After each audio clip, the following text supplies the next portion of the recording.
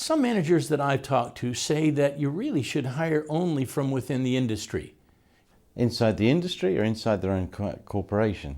Industry first. Inside the industry, first of all. Well, you got somebody that knows what they're talking about, hopefully, knows the players, knows the clients, knows the industry. I don't think that's necessarily always a good thing. You've got to bring somebody in from outside, they're going to have a different view on things. Maybe they can apply some knowledge from a different industry.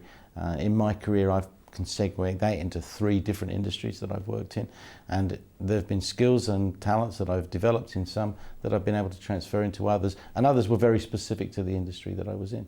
So it depends a lot on what you want the person to be able to do, what position you're bringing them in at. There was a famous case recently of a gentleman who had been managing a branch of hotels who took over an airline, and he was asked at a press conference, you know, isn't this a very different industry that you're now in, an airline industry very different from a hotel? And he said, no, I think it's exactly the same. I'm dealing with a commodity which has a finite shelf life, whether that's a hotel room or an airline seat. And so sometimes people can come from another industry but just apply the knowledge that they've got. So I don't think that there's one hard and fast rule one way or the other.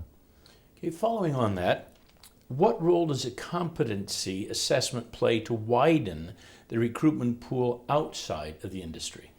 Well, that's exactly my point, I guess, that it's important to be able to understand that people have transferable skills from one industry to another. Some managers assume that a good rep for the competition will automatically be a good rep for you. Give us your thoughts on that.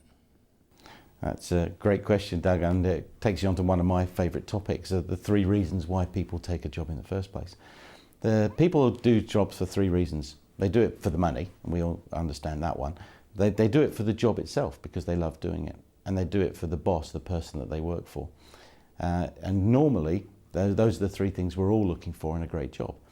You can get one of those things wrong, and somebody will still work for you.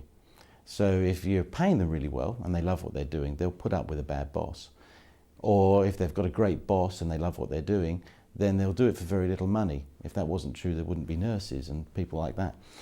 And then there's the people that are doing a job that they don't particularly enjoy, but they're getting paid well for it and they love the person that they're doing it for. If that wasn't the case, then my kids wouldn't do chores around the house.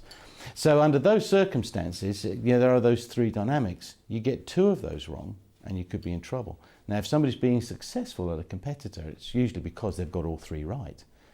If you're going to change their boss, you're introducing some doubt. By bringing them onto your team doesn't necessarily mean that they'll be successful in your organisation. If you bring them into your team and then for any reason they're not being successful, then the money goes wrong too. And if they've got a bad boss and the bad money, then they'll leave.